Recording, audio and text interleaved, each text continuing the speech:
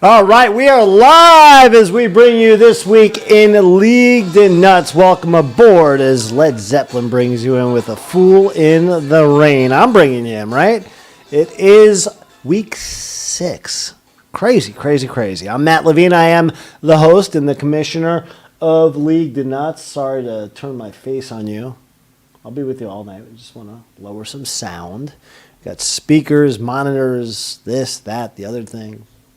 Cleaners for the glasses. Don't want you staring at that. Got the Melty to talk about. Got the standings to talk about. Have the scores to go through in week number 5. Have a little bit of a preview in week number 6. The scoreboard not really lit up. You had your Thursday nighter. We'll talk about that. Some odds, some ends, a little this, a little that, the good, the bad, the ugly. You got it. Welcome aboard. All right. I'm fired up. I'm ready because, as I said last week, this is undoubtedly the best time of the season, right? You get into the crux of the schedule. You find out who are the boys, who are the men, who's going to stick around, who's in it for the duration. You really start getting into things because the injuries take place. And this week, literally, the buys will take place. So check your lineups. I know like the Del Rey Pounders have 3 guys that are on bye, so on and so forth. Last week, we had the London game, right? Tally-ho, chap. Some good stuff going on in London. I have some pictures. There you go. As the Packers were doing their best Beatles impersonation down Abbey Road. And the Giants taking on those Packers. They were victorious. How about those Giants? 4-1. 3-0 all-time in London. There'll be one more game there, as you see, October 30th. Denver and Jacksonville. And then there'll be a game for the first time ever in Munich, Germany. Tom Brady and the Bucks. I don't know. I think they may be playing the Lions. I'm just saying that with a guess. But I know it's going to be Brady. And I think that's like the 3rd week right before Thanksgiving in November. So that should be pretty cool. Anyway, week 5 saw 3 teams. You betcha. Let's take a look at the scoreboard. Win their second in a row. That included 3 teams that went to 3-2, like Nutztown, Smash U, Stanford Doe's Nuts, all scored an absolute boatload, a cargo load of points. How many points did they score? Well, that's why I'm here, to tell you all about it. We'll start with Smash U. They went double century. Holy cow.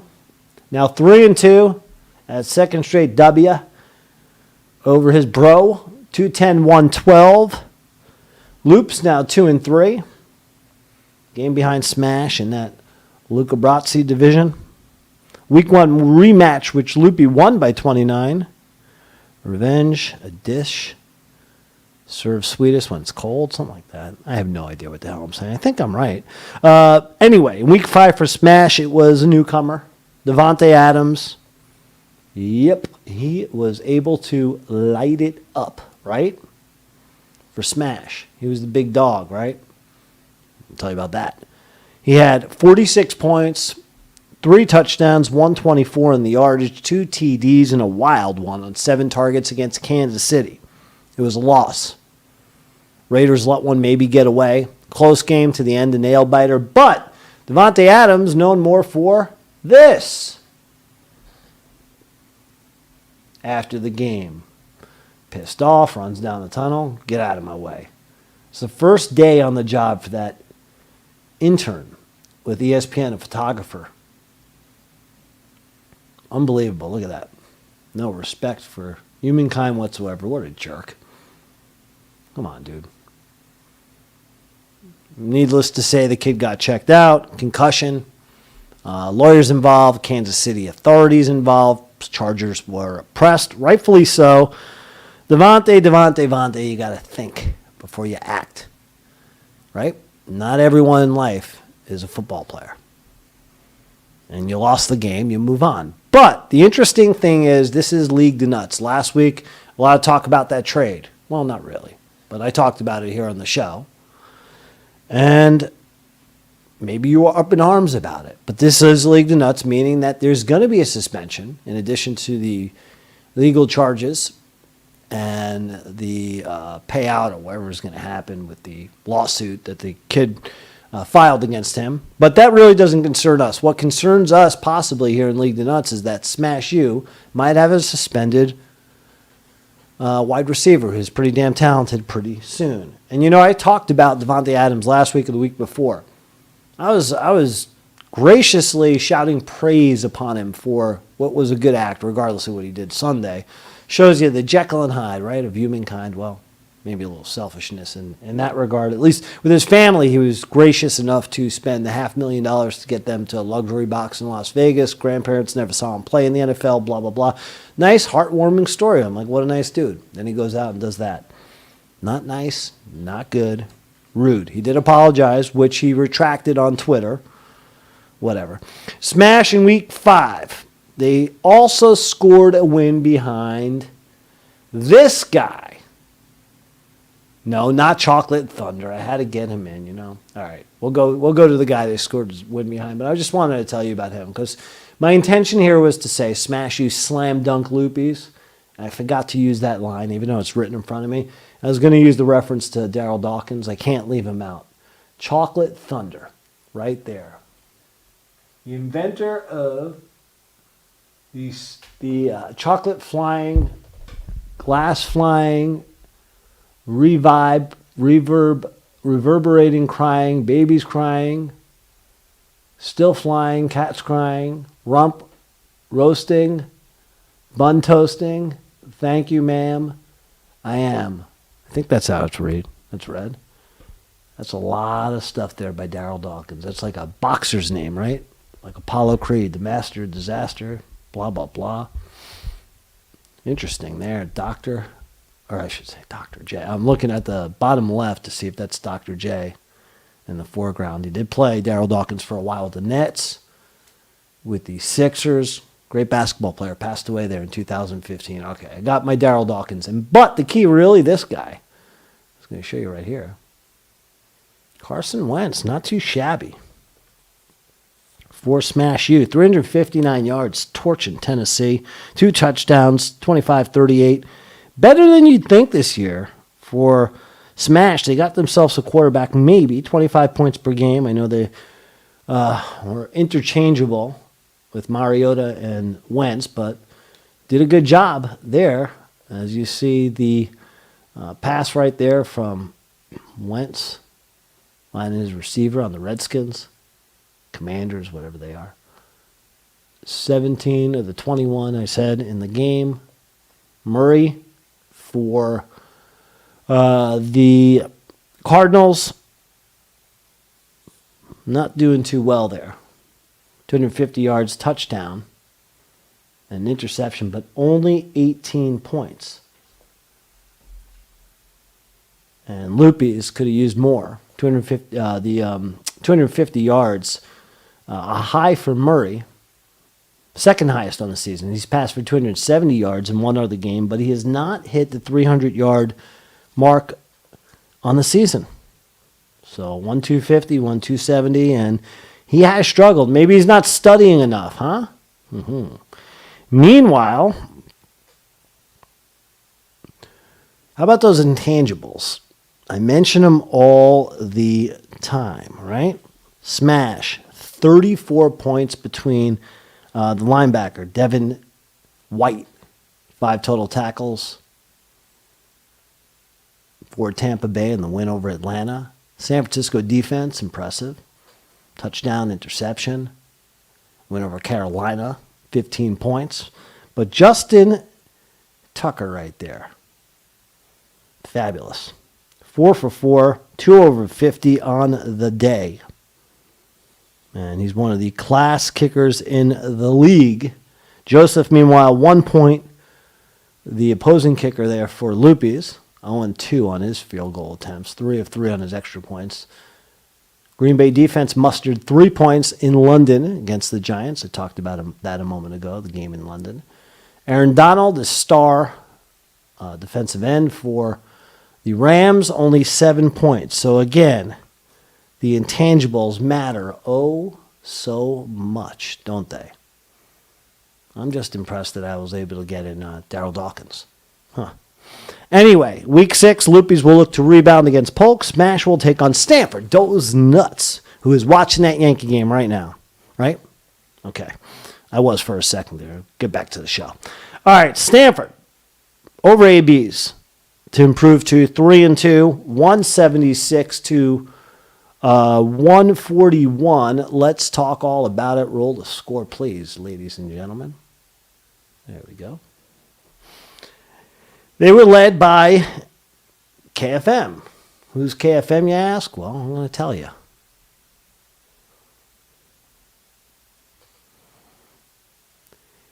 It was Cup, Fournette, and Mostert. Cooper Kupp, 42 points with 7 catches, 125 yards, a touchdown. Fournette, you can see right there, 56 yards, 2 touchdowns for Tampa Bay. I talked about that win over Atlanta. I was going through the other scoreboard a moment ago. Hunter Renfrow, meanwhile, you can see him there. He's not part of KFM, but he's there. He got 6 points. But you get the big 3, lighten it up for 90 between them. And that's good stuff. As Stanford was able to use the balance of 4 guys, even though I said there's 3. You know what? I'll have to add Renfrow in there. Why not? So I'll make it KFMR. How about that? Don't want to leave the guy out, right? Did his job, so let's leave him in there. And they get that victory. Meanwhile, AB's was let down by a few of their guys in their lineup, including Mixon, Thielen, not shown there, Amon-Ra St. Brown, only 5.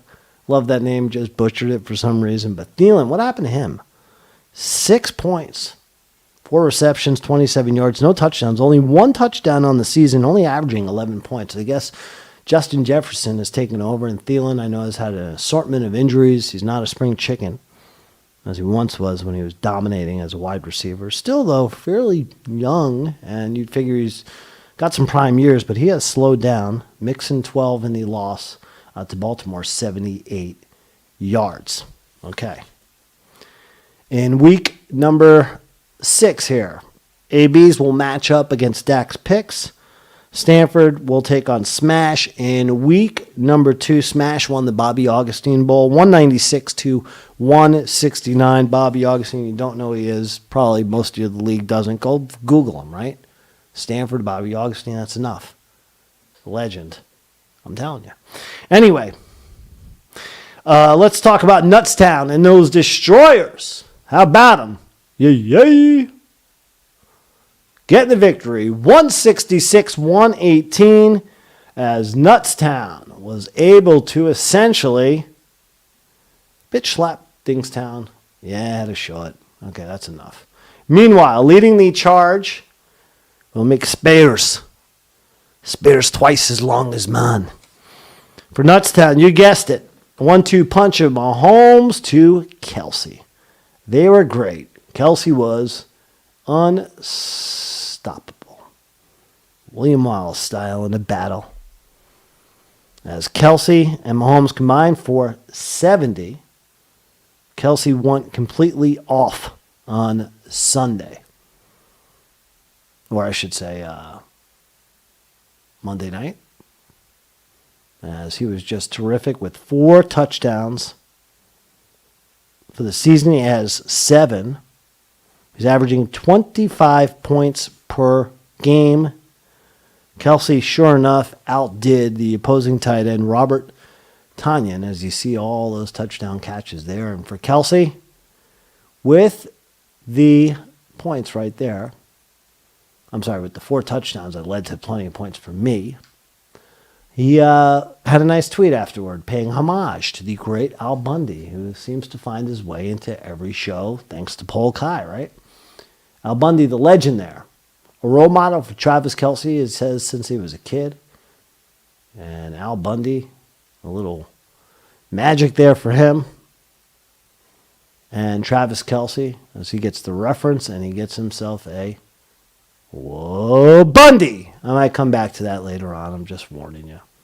Somehow get that in way too much. Even though Polkai, that's reserved for him, but somehow it comes into play all the time. Tanyan, by the way, the opposing tight end, he had 4 catches, 23 yards in London against the Giants.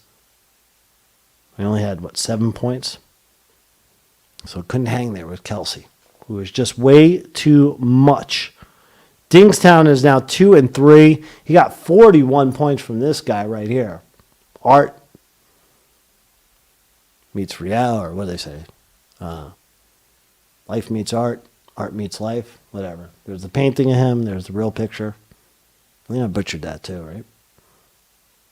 He was a cool dude, that Justin Jefferson. Great, great football player. The 41 points, 7 catches, 90 yards, touchdown. The LSU, all everything, all world, all pro, continues to be the big dog in Minnesota. Dings will be in action against Mr. Fox. Yours truly, Nutztown, will take on Yonkers. I'll do them in week number 6. Looking forward to taking on those shotgunners in a battle of the Haganah. Everything is wide open. We'll certainly take a look at the standings in just a little while. As for the fantastic Mr. Fox, well, he lost to Delray 158-154. The closest game of the weekend, no doubt about that. Let's roll the score, if I can find it. Let's see. I can't find it. I might have left that one out. Okay, well, things happen, right? Anyway, Delray is now 4-1. Fox is now 2-3. Delray got a lift from this dude. I know I saw him here, somewhere in here. There he is. The guy to the right, not the guy to the left. The guy to the left is Steve Largent. The guy to the right is doing his best Steve Largent impersonation.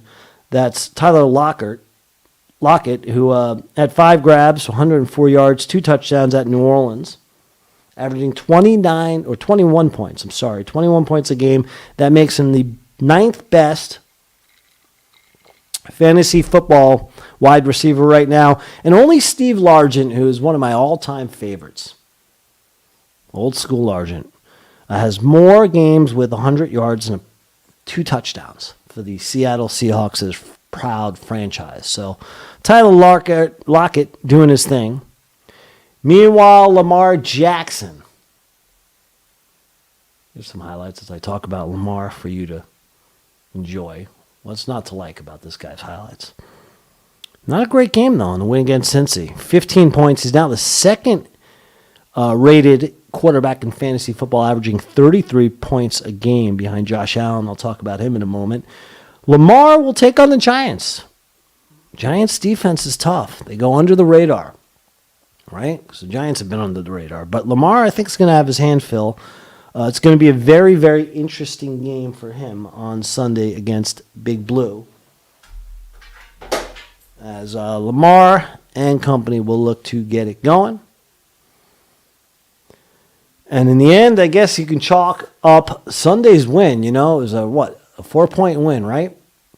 I talked about those intangibles. I'll talk about them again. Look at the kicker for the Delray Pounders. No more Lamar. Last year, he pushed Sebastian Janikowski, one of the great kickers in football, to the side with the most points in a single season for the Las Vegas Raiders. And on week 5, he was great. There you go. 16 points. Outdid Patterson, the Houston kicker. More than doubled him up. Carlson, averaging 12.4 a game. First kicker in fantasy football, averaging the most points. Number 1. Drafted 93rd overall, 8th round by Delray. Way to go by the rookie. Good pick there, right? Grab the best player available. It's going to give you a chance to score some points. 2 for 2, the 50-yard plus field goal attempts. 40-yarder, he's 1 for 1. 2 for 2 on the PATs. So, Mr. Fox not only had kicker woes on the weekend, but a little bit of woe in the receiver column, too. CeCe, Cortland Sutton, Christian Kirk, they've only combined for, 24 points, 24 points. Delray has a meeting with Keldar this weekend. Fox will take on Dingstown. Who's Keldar, you ask? Look at that handsome devil. Look at that beautiful grill. What a handsome guy. Keldar right there smokes the Yonkers Shotgunners. 172-128. Both teams are 2 up and 3 down. Keldar takes this one behind this guy right here. There you see the score. There you see the dancing Gabe Davis coming your way. In 3, 2, and 1. Dances backwards, dances forwards. Little Victor Cruz. Merengue? Samba? Right? Didn't Victor Cruz do the samba? Tango? Talked about the tango last week. Pretty cool. 54 points. Wow. Only had 3 receptions, but made it count. 171 yards. 2 touchdowns. 66 pick of the draft in the 6th round for Keldar. It's a fabulous pick because you know what? He led you to 1 win. Good enough. And he still have a lot of season left. And he's a really talented football player. He's one of these home run hitting football players that can go off on any given Sunday, and he did. This guy is as consistent and as steady Eddie as you get. He's electric, and not only in the picture, but in real life. Paces Keldy against Cleveland. 16 rushes, 173 yards, a touchdown, 4 catches, 26 yards, and a touchdown reception. Austin Eckler, how do you do? 34 last week, 40 this week. Second amongst fantasy football running backs, 23 a game. He is terrific. Not so terrific in that lineup really throughout for Yonkers. Jalen Hurts never hurts you. 27. Harris, Williams, ouch. On down with the exception of really Metcalf, he broke, the 20-point plateau. Smith, you expect 50 from him every week, so 18 is kind of disappointing. Yonkers going to look to rebound against yours truly. Keldar is against Del Rey. And finally, my friends, we get to this one. 175. 107. Polkai got hammered by Dak's picks. Both of them, though, alive and well with those records of 3-2 for Dak's picks, 2 and 3 respectively for Polkai. As I said earlier, lots of seasons still left to go. But no Wall Bundy for Polkai School. I already gave you a Wall Bundy. You got to earn that, Polkai. Right? You got to earn your Wall Bundy now. So how'd they get it done? As you take a look at kind of the box score there. Well, you guessed it. Quarterback matchup. Hey, Macarena. Josh Allen, 47 points, 20 of 31, 4 touchdowns. This game was over against Pittsburgh at the half. I think he had 3 touchdowns passing in the first quarter. Rushed for 42 yards, as I mentioned. He surpasses Jackson on Baltimore, Lamar, for the top-ranked quarterback in fantasy football at those 37 points per game. He certainly is a great football player, and I was thinking about it last week. I've thought about it a lot. He's going to win the first Super Bowl, right, in Buffalo Bills history. Destined to do it, I think. Just too good.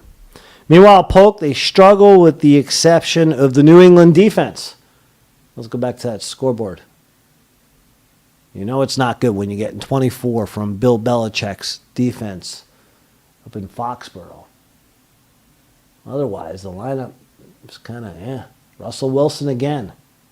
Very, very frustrating for Polk High School, and I really can't blame him. I've talked about it before.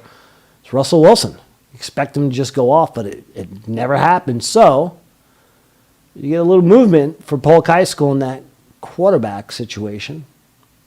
And you get Russell Wilson's former backup in Seattle, now taking over the helm for Polk High School. So he will go against Lupes. Lots of talent on Polk. Gino, you can't blame him. 6th-ranked quarterback in fantasy football. It's amazing. 25 points a game. Russell, 16 points a game. 17. He's 16 points a game, 17th ranked. Gino will take on Arizona. Russell will be against the Chargers on Monday. Don't blame Polk. Go with the cool guy right here. Tearing it up. Geno Smith found a home in Seattle. Go figure. Russell Wilson has not found a home just yet in Denver. Funky. I wonder what it is. I don't know.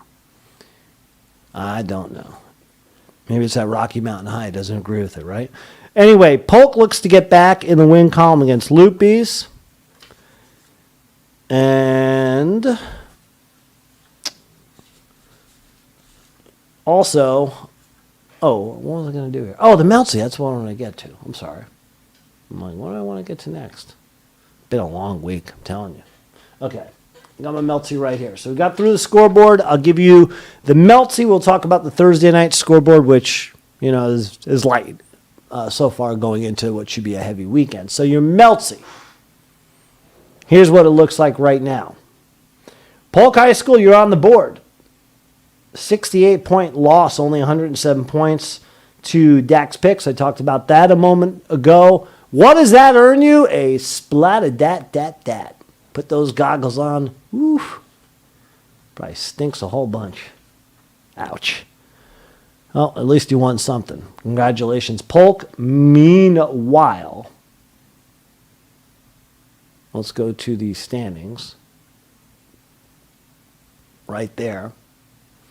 You got yourself some parity. Said that throughout the season, right? You got a logjam in a couple of these divisions. We'll go left to right, top to bottom. Haganah. I'm above 3-2. Sink or swim time. I got the Shotgunners, as I said. They're alive with Keldar sandwiched between us at 2-3 on the bottom. Shoreham Drive East. Delray, 4-1 for the rookie. Looks good, but hardly in cruise control. But fumbles, Fantastic Fox. Plenty of time left for the 2017 and 18 champions, respectively. Then up top to the right, you see Furley Roper, the newcomer. Dax Picks, 3-2, playing well. 600 football right now. AB's helmet, 2-3. I just seen helmet. Maybe he took AB's out. Okay. Mighty Dodge, Polk, talked about them. A lot of talent on the squad. Get the quarterback situation started. They take on Lupes. A couple of two-time champions going to go at it this weekend. So it's a big turnaround weekend potentially for Polk High School. Then you get Smash U. Two-time champ, the most successful player in League De Nutz. 3-2 up top, Luca Brazzi.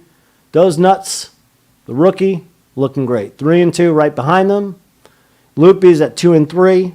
Two-time champ you can never count out. So a lot of time remains in League De Nutz as we get ready for a full weekend of football. The scoreboard, like I said, nothing too big just now, just yet. Nothing crazy. Lots and lots of football to go. Sunday night into Monday. What are we playing this for? What are we doing this for? That. Of course, some shekels never hurt either. That there is the Nuts Cup. So that'll take us into week 6. Better late than never. I wanted to get the show in. I hope you guys had a great week. I hope you're looking forward to the weekend, enjoying the football in addition to the baseball. And wherever else you may be in the country, maybe you're enjoying some foliage. In Florida, maybe you're enjoying what is usually the start of summer everywhere else. In other words, the weather gets really nice. But anyway, what's in this glass? None of your business. Cheers to you. Have yourself a tremendous Week 6, we'll catch you next week back here on This Week in League De Nutz 2. Preview Week 7 and talk about everything that went on in Week 6. You betcha. Take care. Good luck this weekend. Adios.